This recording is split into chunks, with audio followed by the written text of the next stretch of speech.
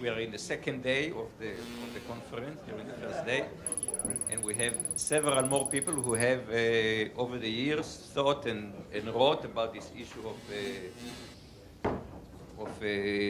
the future of work and education. We have Kristin Sharp, who has been involved with the SHIFT project. We heard from Roy Bahat, and we heard from Carey, who has been thinking about education, and Mark Minevich with the Competitive Council, and Mark Muro from the book. Minevich. I'm sorry.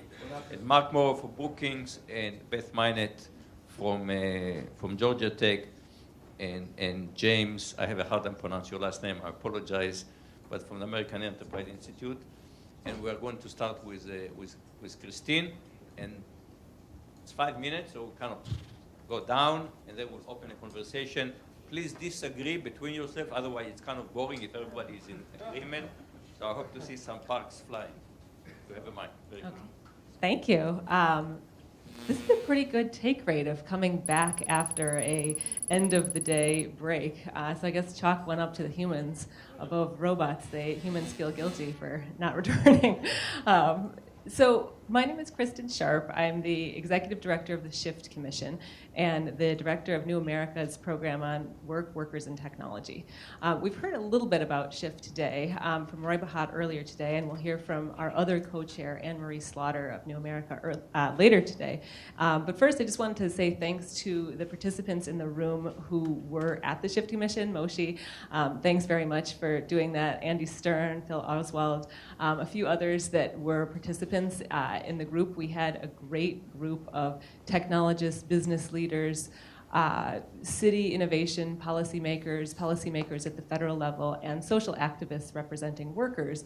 And one of the things that we learned from that is the importance of having all of the different actors in the future of work and automation conversation talking to one another. This is a narrative, as somebody pointed out earlier today, that we all need to create in terms of where we're going with the future of work, what kinds of work and skill sets are emerging. And it's been important and key to have everybody thinking about it along the same lines.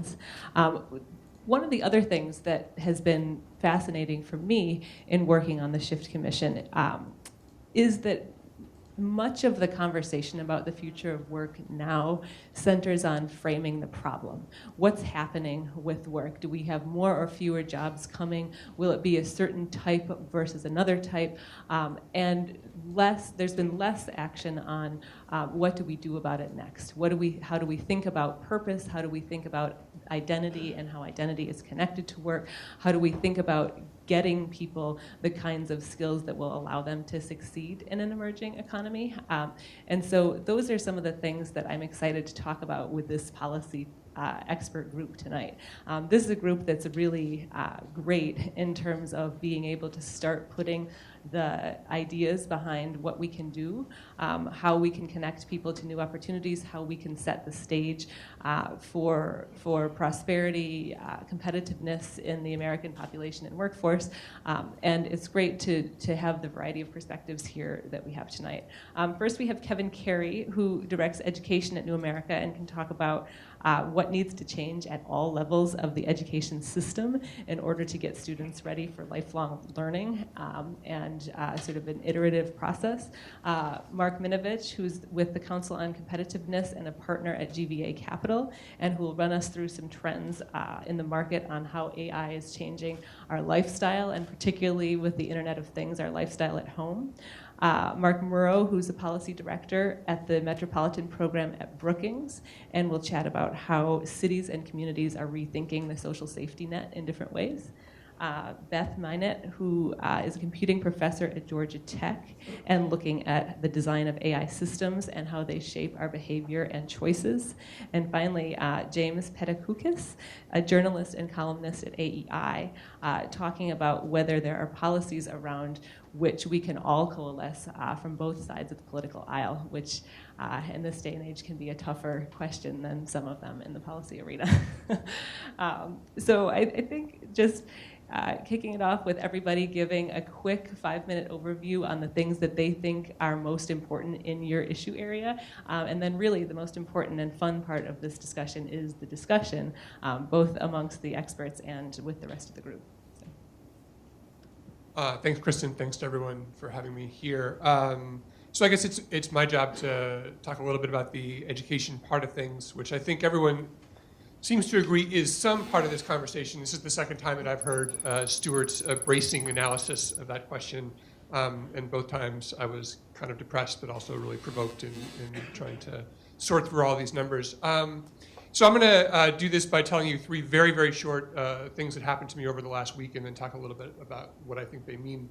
The first thing is I was in a conversation with the president of a large public research university. Not an AAU institution, not a flagship, more of an up-and-comer, but big, tens of thousands of students. And we talked for a couple hours about a lot of different things, and at the very end of the conversation, almost in passing, he said, you know, you should really talk to our online folks, my online folks. I think something like 30% of all of our undergraduate enrollment is online now. So, it's big, 30%. That was the first thing. The second thing was I was in a classroom. I was invited up to I'll say it's an unnamed Ivy League university on the Eastern Seaboard to give a talk about a book I wrote a couple of years ago about higher education and technology. It was a freshman seminar on the history of education. So the students had all been asked to read my book, and one of them raised their hand and said, look, do you really think that technology can replace this thing that we're doing right now? And I said to her, I was like, well, we're sitting in a room you're sitting in a room with 11 other students being taught by a tenured professor who also managed to wrangle the author of your book to come and talk to you. Do you really think this is a typical experience for people in colleges and universities today? And she kind of conceded no, and she said, no, you're right, actually, it's not even a typical experience for me. My other class that I'm taking this semester is a freshman intro Psych 101 class. It's a 400-student class. It's taught in a lecture hall. It's the worst class I've ever taken in my entire life. The professor is terrible. Second thing that happened to me. Third thing that happened was I was talking to a young man.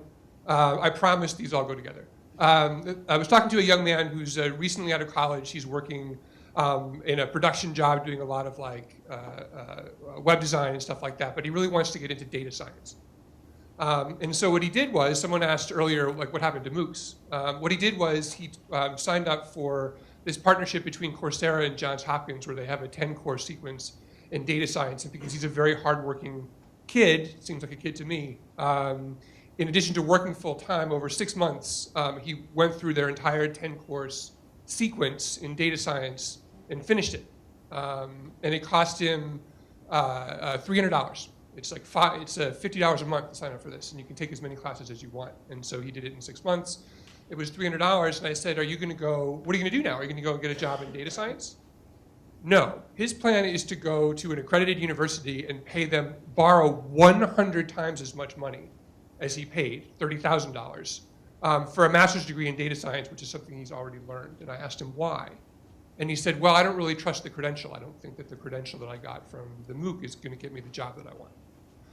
What does all this mean? 3 things. One, if we have big public universities that are already 30% online, we should just accept the fact that the mass transition to higher education that is substantially or almost entirely mediated by information technology is well underway. This is the experience of students now. It's not the experience, I think, of most of the people who are in this room, but it's happening in a way that I think that the elites in this country, both at the higher education level and at the governmental level, don't really quite understand. They don't know how fast it's happening or how much this is being sort of normalized as the way that education can happen. That's one. The fact that this is happening is having no discernible effect that I can see on the quality of the education that's being provided, either by the institutions or traditional institutions in response. Certainly it's not having any effect on our elite institutions if it's still the case that they can offer a Psych 101 class in a traditional lecture environment that their customers or students think are terrible. And Psych 101 is the most offered class in American higher education, I believe, in terms of enrollment.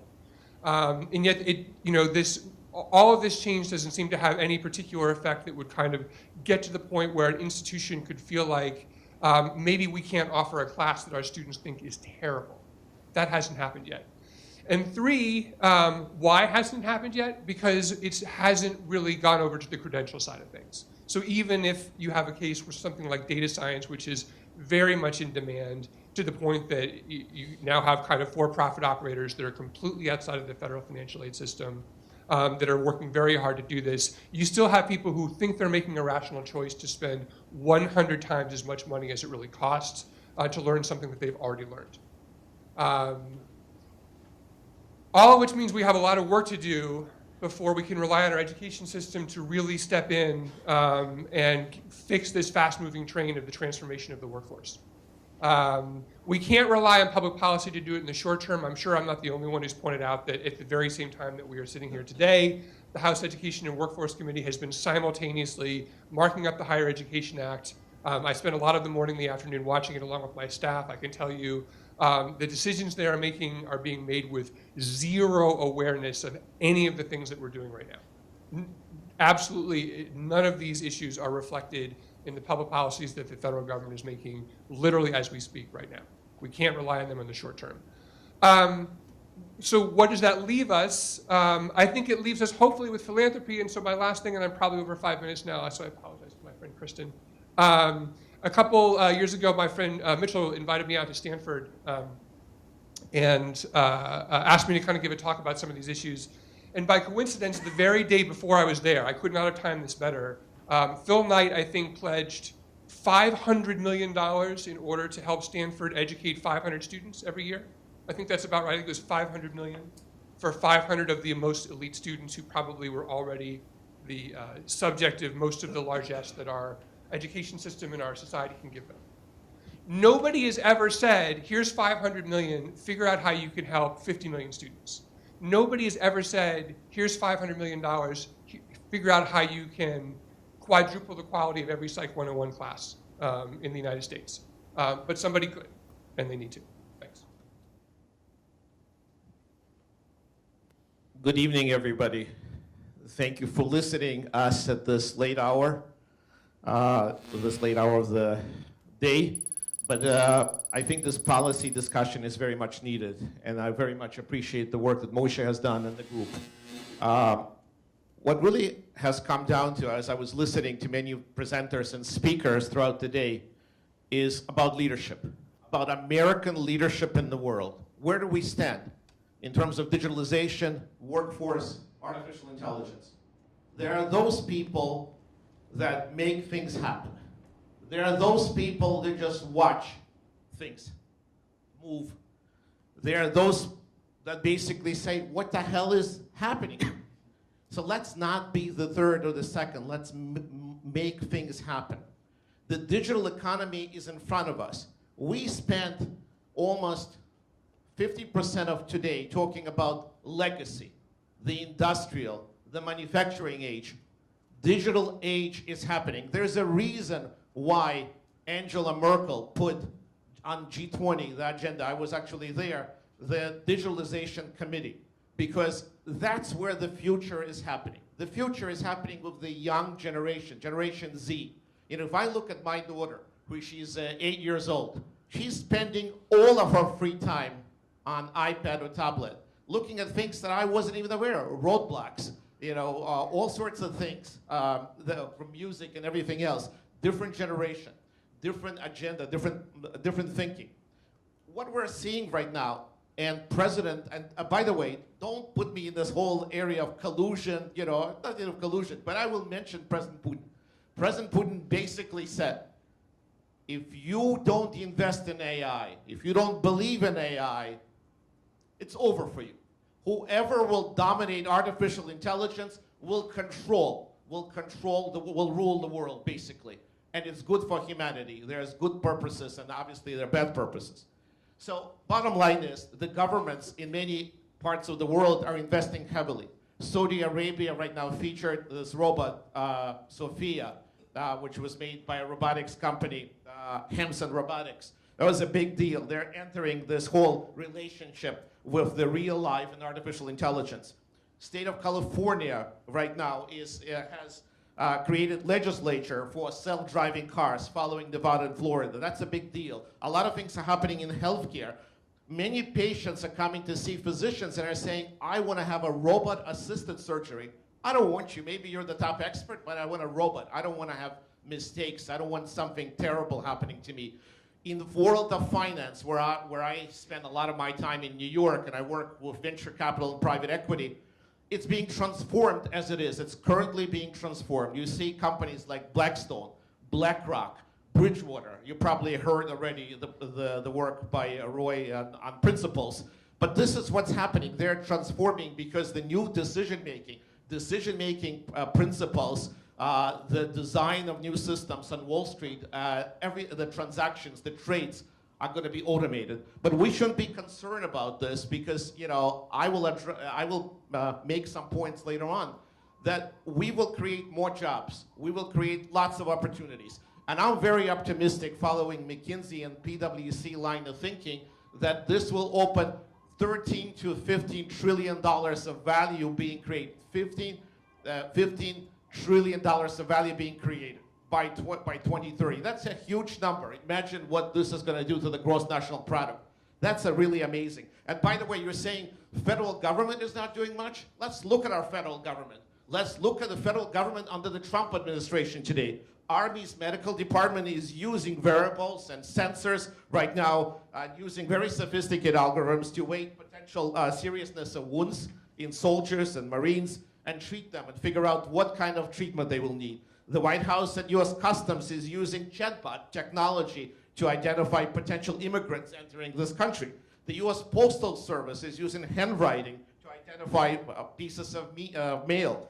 A lot of things are happening. And from the investment point of view, I'm just going to finish. Look at the numbers, what we're seeing. We're seeing $15 billion globally invested in artificial intelligence, close to 2,200 deals. Just in the United States alone, imagine, we spent $10 billion. The gentleman from Bloomberg Beta mentioned this. Those are strong numbers. They are basically, our issue is going to be human capital. Are we going to be the leader in this? Or will we allow China or other players to lead? We should not. We have the best education, we have the best creativity, we're the best entrepreneurs, the best researchers in the world. We fight for this. We're not going to give 1 inch to China or any other country. And there are many countries that want to take this place, including Israel is big in AI, Sweden, Germany, Russia, France, Canada. We got to lead this. And we'll open this discussion that there's tremendous amount of progress. And if we follow the leadership and we basically address and say to ourselves the digital future is the future of our generation, of the next generation, of our children and grandchildren. Thank you. Okay, very good. So I wanted to say a couple things about the role of policy, and especially in the role of policy in managing some of the disruptions that are likely coming. I want to say this, I think that policy is essentially going to become to a much larger extent occupied with managing these transitions. And it will be forced to, it hasn't to date.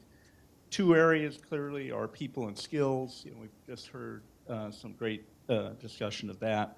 I'm going to throw overboard what I was going to say about that and talk a little bit, though, about something called awkwardly labor market adjustment, but all of the things that one does to smooth transitions, support workers' transitions, retraining, smoothing out the pathway. And I think everything we've heard today makes us think that, while there's tremendous empowerment and likely good from these technologies, there's also the possibility, at least for between now and then, of a rough trip for the labor market. So I just want to say a couple things. Let's talk about labor market adjustment policy, things like trade adjustment assistance as an example.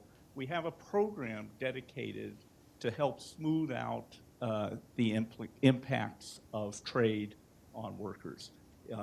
Basically, if someone loses their job, they're able to certify that their factory was closed for that, and they're eligible for some benefits.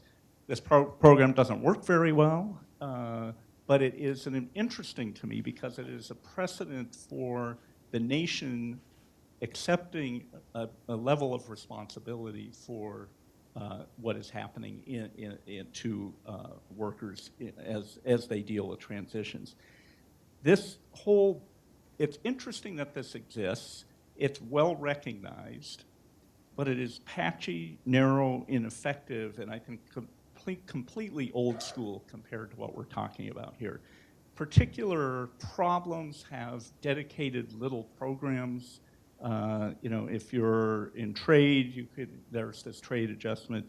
If your local base closes, your community or some can receive some kinds of adjustment support. If the energy system of the nation changes, your community is eligible for certain benefits and supports and retraining.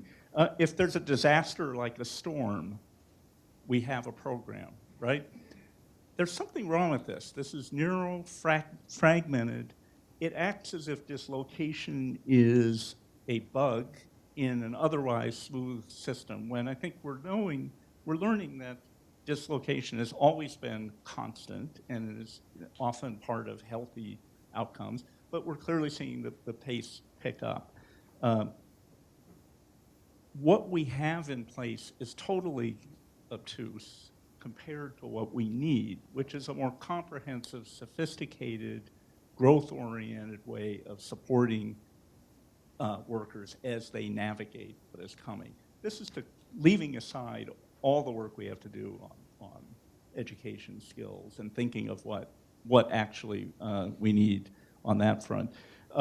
So I think that between universal basic income and doing nothing, which is the range of options on the table, there is an idea that I call universal basic adjustment, which is akin to maybe inspired in some ways by the Nordic model, which is a social model that is supportive while welcoming risk. The Nordic countries are trying to dial up growth, risk, and dislocation while pairing that with a social model. So my idea is that, and this will need to be delivered by the federal government in conjunction with states and localities, a set of a package of benefits such as job search activity, support,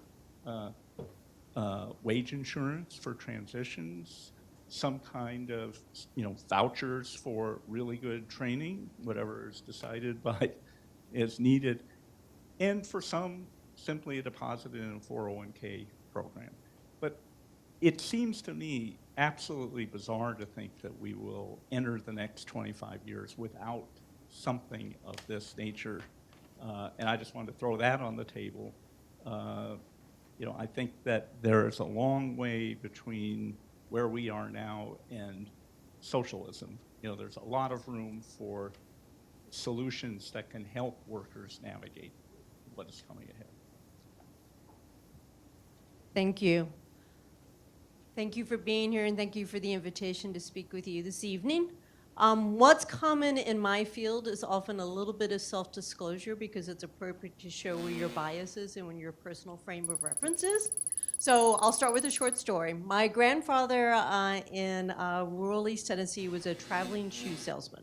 And so his task was to load up the car at the beginning of the work week and travel narrow, winding, and this time of year, dark country roads, primarily to sell work shoes, maybe Sunday best shoes, if was appropriate. And it was a good wage, and it was sufficient to give his family a foothold into the economy at the time. Now, there was no expectation that I would follow my grandfather's footsteps. And if we mentally review everything that has been done to transform how we get shoes to customers, I'm a big fan of Zappos, that job no longer exists. But what I did have access to was great public education, college scholarships based on philanthropy, and federal research for my graduate work that turned me into a PhD in computer science.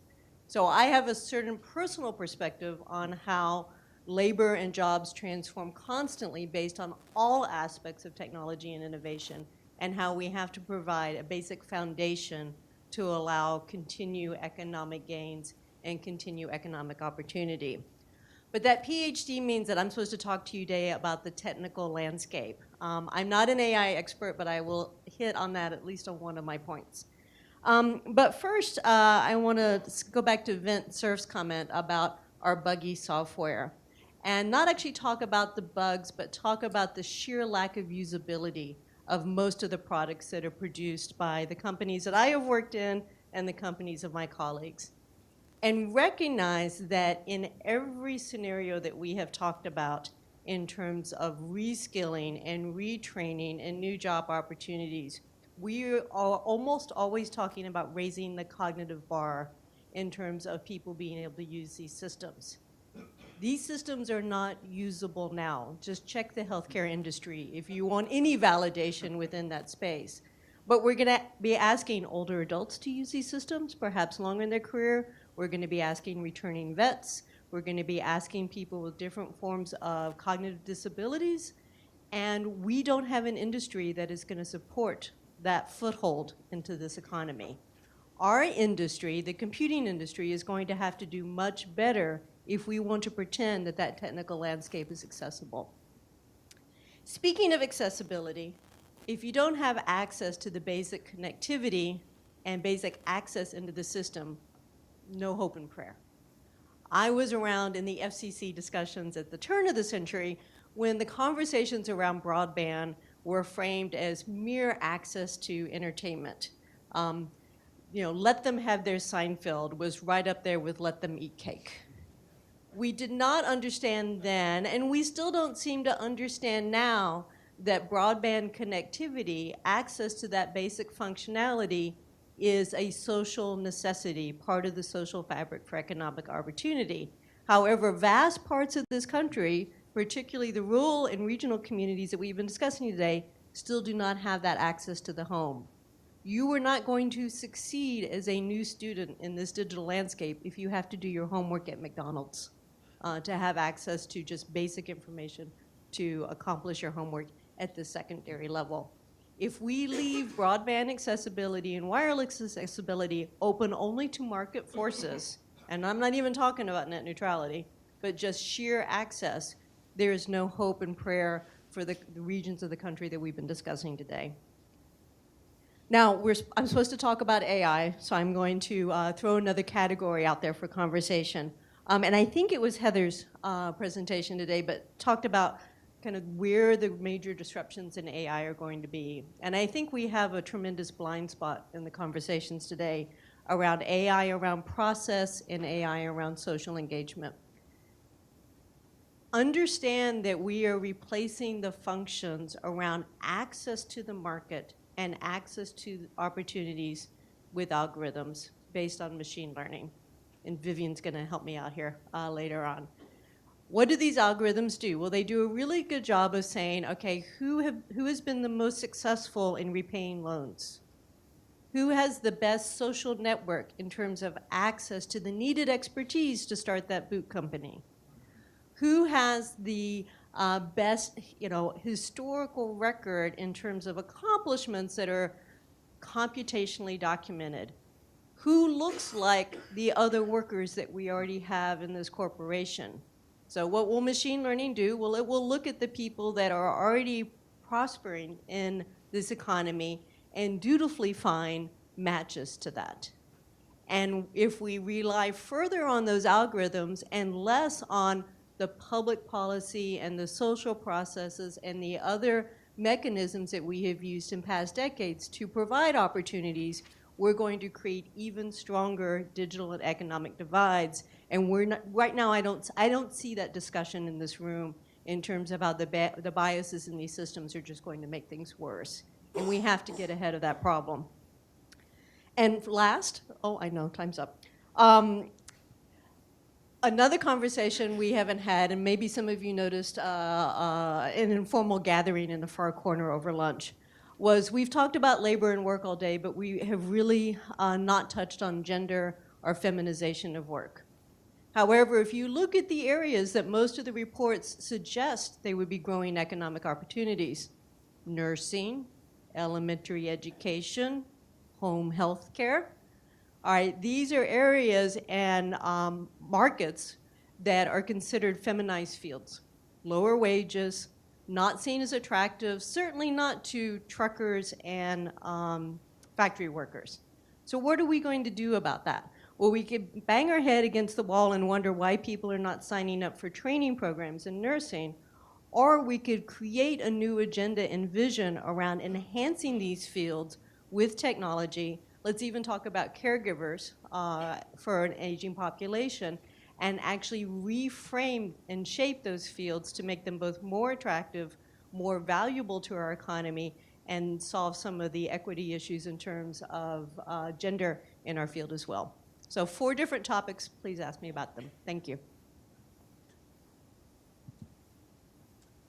I think it was funny that Mark mentioned that there needs to be policies, between sort of the extremes of universal basic income and doing nothing. Because before I walked over here, a couple of my colleagues at AEI said, you should be the guy that throws a panel up for grabs. You should be the guy that says, do nothing. The issue's all wrong, the panel's wrong, the conference is wrong, we have 4% unemployment, we're generating 200,000 jobs a month, we have productivity barely moving. What do we, there's no reason for this conference. I'm not going to be that guy. But unfortunately, many people who I know, I work at a sort of a center-right think tank. There are plenty of people on the right who sort of are that guy or are that woman. In 2016, the president, while still campaigning, gave a speech in Pittsburgh about the future of the American economy, where he talked about coal and steel, never mentioning anything else that might be happening in Pittsburgh these days, including huge investments by Google and Uber, autonomous vehicles. Never mentioned it. Well, it's a campaign. Sometimes it's tough to adjust on the fly and adjust your views if those have been your views for your entire life. So the president was back in Pittsburgh about a month ago, talking a lot about truckers, and truckers are the future of the American economy, and he was going to do right by truckers. Again, not mentioning anything about autonomous vehicles and how perhaps truck driving isn't the best profession if you're thinking about being in a profession for the next 30 years or encouraging your children to go into, that there might be some coming changes in that profession. So I actually see that quite a bit. And if you look at the tax bill going through Congress, if you believe that we are sort of on the verge of big disruptions in labor markets and in the economy, is that the sort of tax bill you would expect to see? One that very much prioritizes. Listen, I love investment in machines. I love machines. In case they take over, I love machines. I'm on records. But would you only invest? Would that be the focus of your investment? Would be on physical investment, not on carbon-based life forms. That probably wouldn't be the kind of tax bill that you would put forward. And I was on a panel similar to this with the U.S. senator, and we were talking about autonomous vehicles, and talking about what's happening a little bit in regulation on the federal side, what's going on a lot more on the state side, and afterwards. She said to me, she's like, I know we've been talking about these autonomous vehicles, but I don't know about any of this stuff. No one, listen, my constituents, she's kind of from a state with a big rural population. They're not going to give up their pickup trucks. I really just don't see this happening. And I hear that a lot. And also on the subject of autonomous vehicles, a lot of people say, well, listen, people aren't going to give up their freedom. It's really a freedom issue. But I think this is really happening. And when I go talk to people, like, our donors, I assure them that indeed all this stuff is for real and it's happening. It's not just a sneaky left-wing scheme to create a universal basic income and cut everybody checks. It may be that. I said probably isn't that. But these are real fundamental changes happening in the economy, and ones which when we think about public policy, that needs to be the focal point of what we do. And I mean, I was writing down a list of policies which I think people on the left, right, middle, whatever, could actually come together on. Everything from expanding the current earned income tax credit, apprenticeships, cutting payroll taxes, occupational licensing. Kevin's doing great work on education. I won't even go there. Relocation subsidies, so people can go where the jobs are. Land use regulation to make sure they can afford to live where the jobs are. So I think there's a broad number of policies that people across the spectrum can focus on. But I sense there just needs to be a deeper recognition that we perhaps are on the verge of a huge change. And I think maybe more of the action will happen in state and local governments. But I certainly sense on the federal level that people are still a bit behind in recognizing what could be rather significant changes. So I got 20 seconds left. I won't use it. I'll reserve that for later. And I guess we have questions for us. Someone's going to be asking.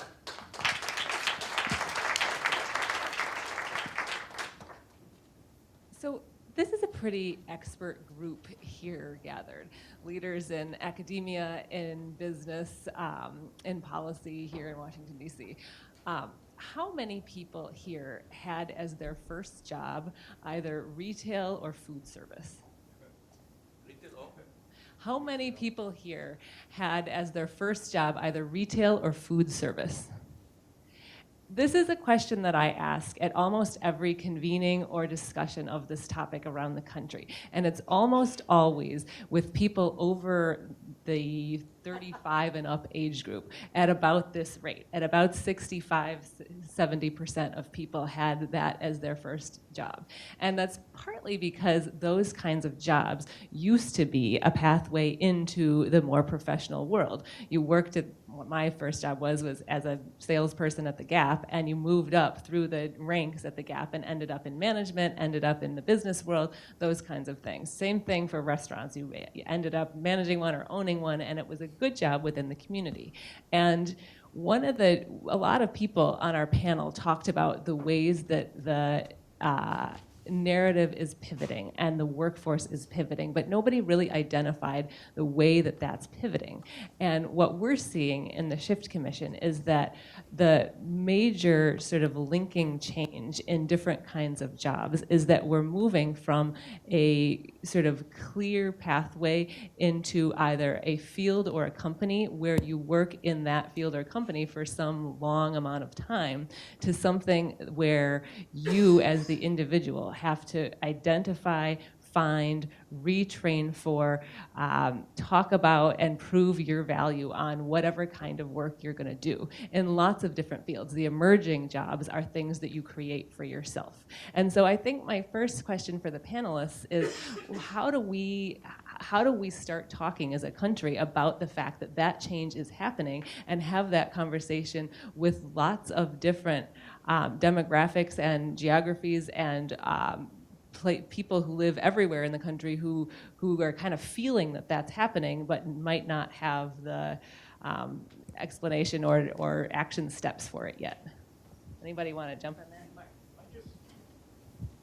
I'll just throw out one. I mean, I'm a spatial person. We're the Metropolitan Policy Program, so we're obsessed with regions. And I will just say that the confluence of the regional variation of these impacts, and then the need of, mayors, county supervisors, and governors to respond quite directly to things that are happening, I think gives regions and cities and regional governments, a better, more immediate way of responding. And I think they will lead some of the problem solving.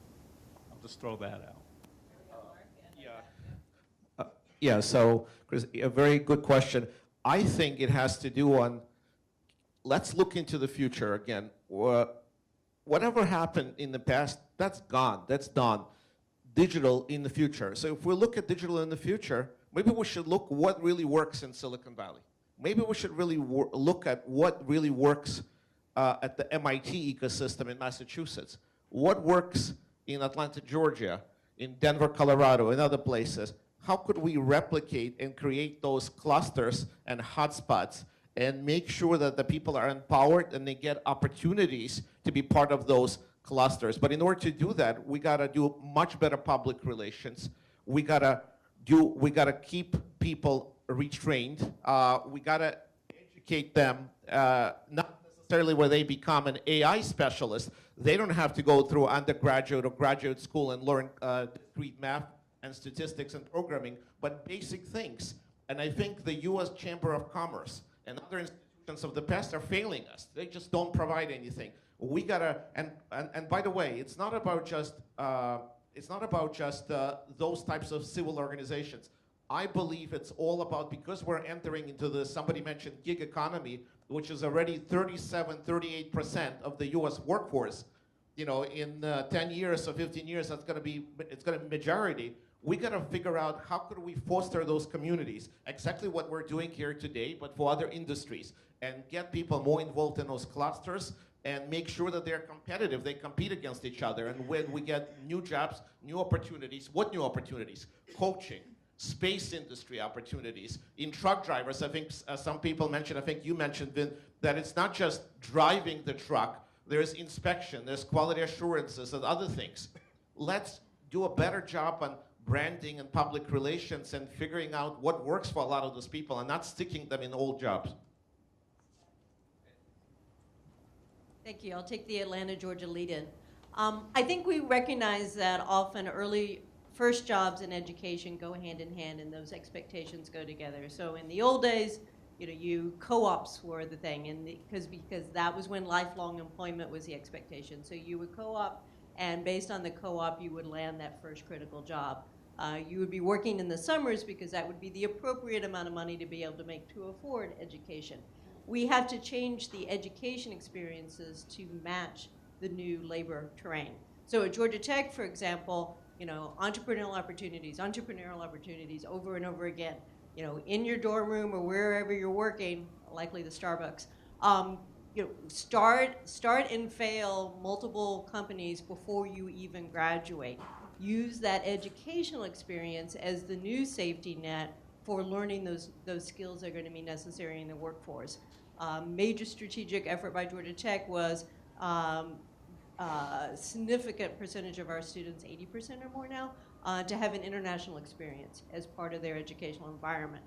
Because it's a global workforce, it's not a regional workforce. So I understand Georgia Tech is public, but yet elite, but nevertheless, we have to understand how educational expectations and early job expectations have to be paired together, because those have been the formulas that have worked in the past, but the formulas have to change.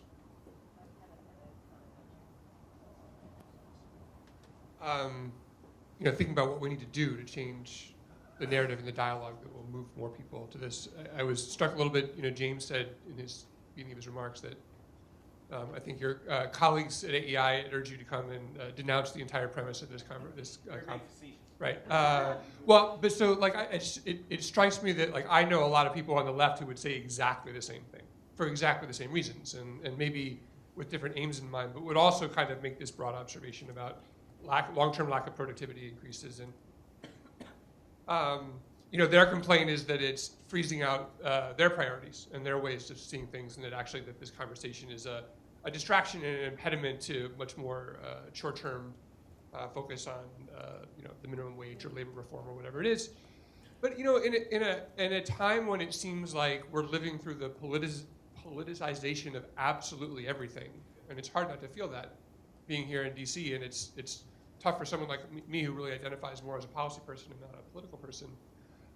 It also feels like if there's objections on both sides, but there's a room full of people of goodwill who have thought a lot about this, maybe there's also an opportunity to reach out to both sides, to kind of really bring together a compelling narrative, not just about our present, but about our future, that's concerned about issues like productivity and issues of common concern like education and fairness and dignity of workers, but from a variety of perspectives. If we have lots of people disagreeing with us for different reasons, maybe there are also lots of different ways we could get all of them to see things in a new way. I mean, it's weird. This should have been the election about this issue. It just seems so natural. I forget how many stories have we written about or read, and I've written some of them, the rise of the robots. It would have been very natural for this to be the election about that. And when I go out and they send me out to talk to people who donate to AEI, I have found far more interest in this topic generally than about what's the pass-through rate going to be, or how are we going to tax capital gains. The subject they want to know about is what will be the new jobs and how are we going to train people for the new jobs, by far. So I think it's just screaming for someone to sort of grab this issue with a coherent sort of a broad agenda, and I assume it will happen eventually, but sooner the better. So all of you talked about entrepreneurialism in some form or fashion. Really can't hear? I felt like I was talking really loudly there. So everybody talked a little bit about entrepreneurialism in different ways. And Kevin, in your original opening remarks, you talked about the #1 most taken class is Psych 101. So what are the skills that we need to, what are the ways to teach entrepreneurialism to people, and where, besides just the verified 4-year on-campus university, can people get those skills? I'm not sure. I think the juxtaposition between those two things is telling, right? And it sort of shows the extent to which our whole non-system of deciding how people spend their scarce time and their scarce and increasingly dear financial resources in order to make some crucial choices about what to learn at the first point in their lives when they're actually allowed to make choices are really, in many ways, highly disconnected from any broad strategic sense, or at least the institutions themselves aren't operating from any kind of broad strategic sense of what people actually need to learn in order to not just sort of lead productive lives, but also better lives. It's just kind of left open, and is kind of a derivative function of the way academic disciplines were split up many decades ago, and what people kind of like to teach, and also just what's popular. Broadly speaking, I'm very skeptical of any reform plan or prediction that relies on long-established institutions to decide to be very different than they already are. I think that never happens. I think it's always a product of new organizations that are sort of arranged with the present and the future in mind, which is not really what we have now. So I kind of mostly am interested in that. How do we create the conditions for those institutions to arise in both sort of market and non-market scenarios? The pure kind of market scenario, particularly in education, is it's pretty dire. If we see what's happened over the last 10 or 15 years, it hasn't really served anyone's interest that well. Even in some ways, the institutions themselves, many of which kind of blew up and went bankrupt. Although I guess a bunch of people got rich along the way. And that's not where the best of our education has really ever been. It really has been. The unique kind of American mix has been to sort of carefully try to put public subsidy and the particular way that nonprofit institutions operate, independent nonprofit institutions, with kind of a smattering of private sector entrepreneurialism, but not in a way that overwhelms things. And I think we need to kind of think about how we can take that recipe and rejigger it for this very new reality that we just spent the whole day talking about. Just quickly, one thought that comes to mind is we're talking about it right now. What I see in the country, it's okay, it's acceptable for policymakers and for academics to talk about, yes, it's okay to get public assistance. It's okay to get subsidies. What happened to our capitalism? What happened to wealth creation? Isn't that what America is about, wealth creation? There's nothing wrong with wealth creation, people, nothing. And we're not instilling those values in our kids, in the early generation. We're not instilling. In schools, we're saying, it's okay to live with mommy and daddy. It's okay to drive their car. It's okay to live in their basement. It's not okay. It's not okay. There are forces that made America great, and it made America very competitive, our market-driven economy, and the forces of wealth creation. And the wealth creation generates jobs and new opportunities. And I think we gotta talk about this type of stuff in our schools. We gotta make sure we have mentors that talk about this type of stuff.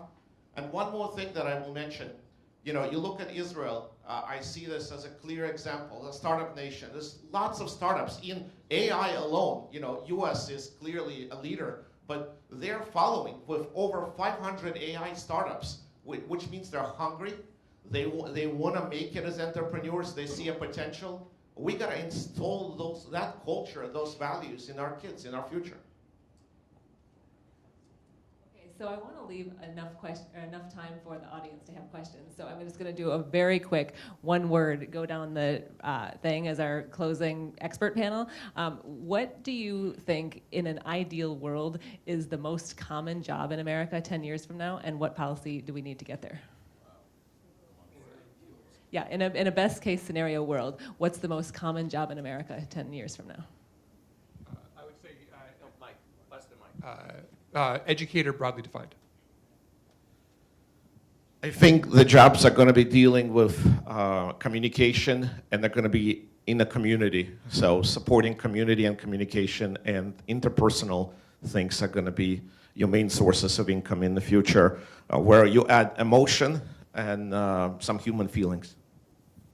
10 years out? Only? That's not that far. Compassion engineer. Oh, I might take that one for later. Consulting transformed into coaching, whether it's coaching for health or coaching for finance. Many, many, many coaches out there. I'm not sure how to answer that question. I only say what I tell my kids, that if you have the ability to tell a story in some way using some means, that has a value, and you'll be able to make money off it.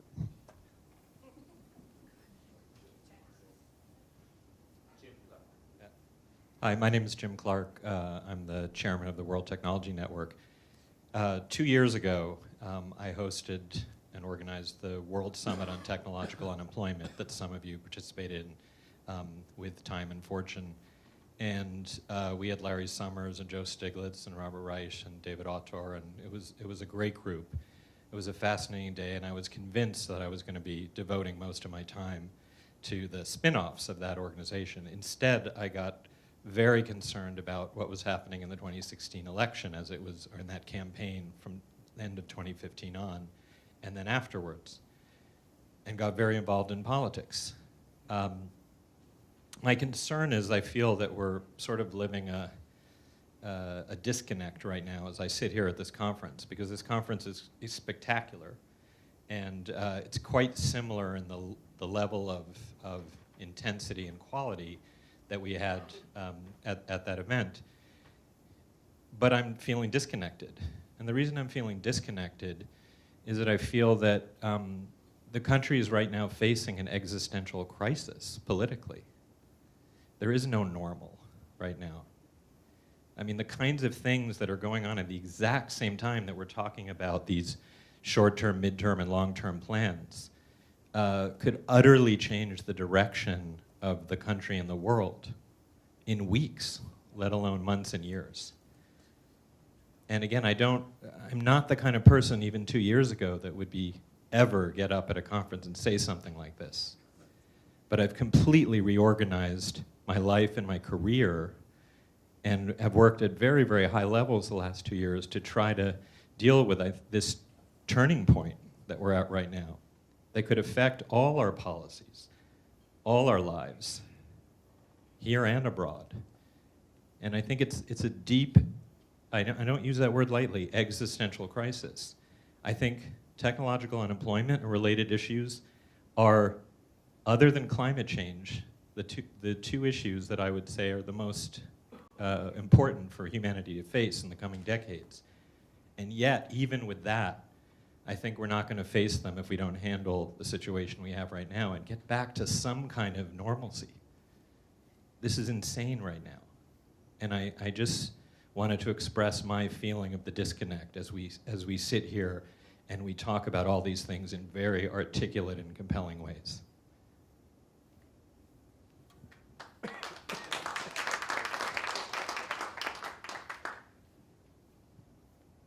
I think many people share the sentiment, but I'm going to drag us back to the topic at hand.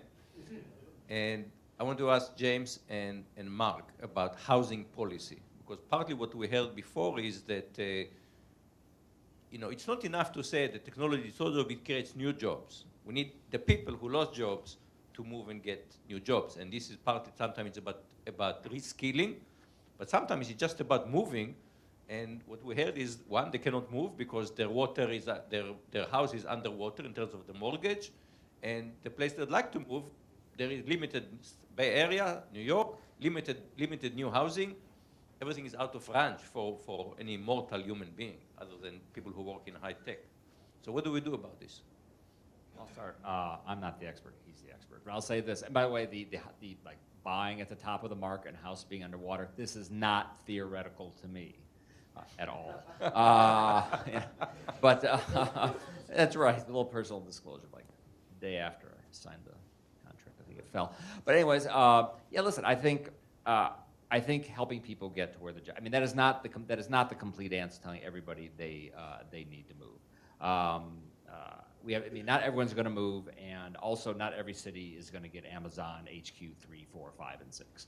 But certainly for some people, that is the answer. And it is kind of a weird time that we do not have people moving from places of low economic opportunity to high economic opportunity. It is also further, I think, strange that we've just had this slow recovery after a big recession, that housing was at the core of it, and yet that is not the core of what we're talking about right now as far as economic policy, and it should be, and I'll So I'll just say a couple things. First, though a Berkeley economist thinks the proper size of Silicon Valley, the Bay Area, is 19 million for efficiency purposes for the United States, I don't think that's a picture of a functional technology society. So actually, my concern, I think we should maximize building where we can. This clearly is one of Jim's places where right and left might be able to agree about, a degree of deregulation. I'm more concerned actually about the spatial disparities across the country that I actually do implicate. I do tie to tech. I think that there are inherent superstar economics in these technologies that we need to be aware of. And again, we're just blundering forward with no consideration of this. I'm not sure exactly what to do. I could list, 15, got a blog listing 15 possible policies that would push on this. But our new report, we have a new report out 2 weeks ago that really does make a linkage between the nature of these technologies and their physical expression. And I do think that's one of the sleeper issues that we face in solving these problems, because the technologies are pushing to greater physical disparity.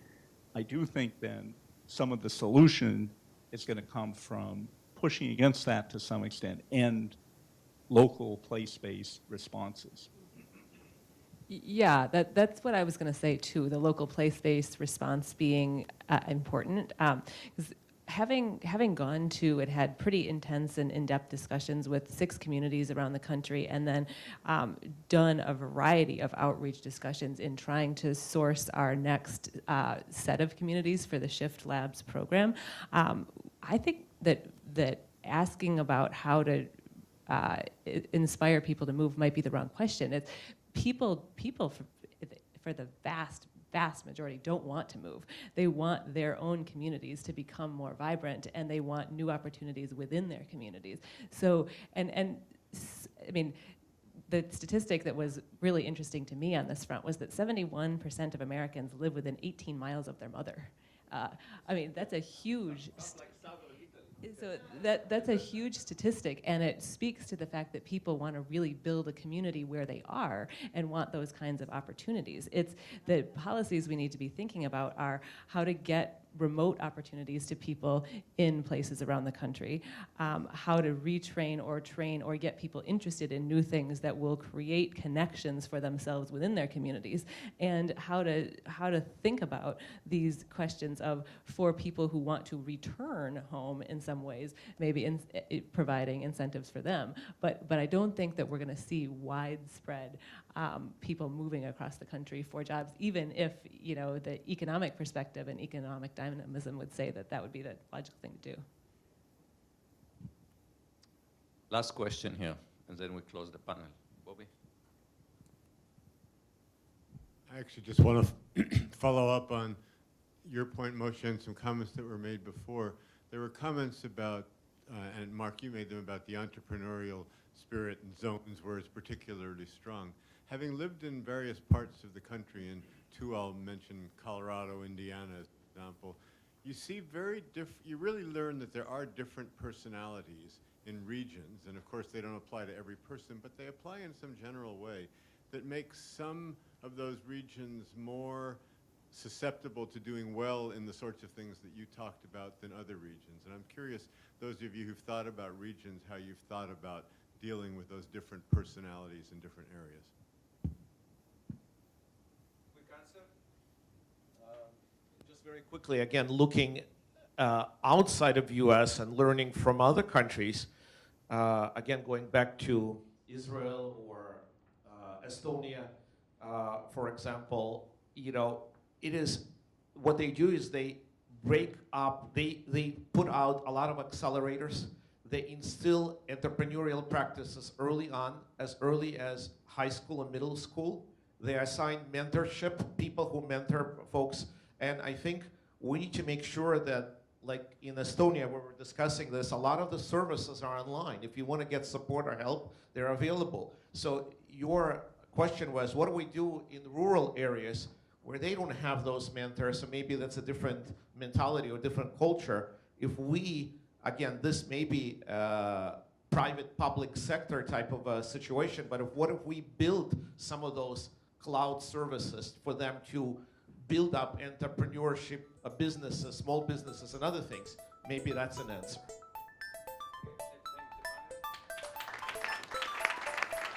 Thank you.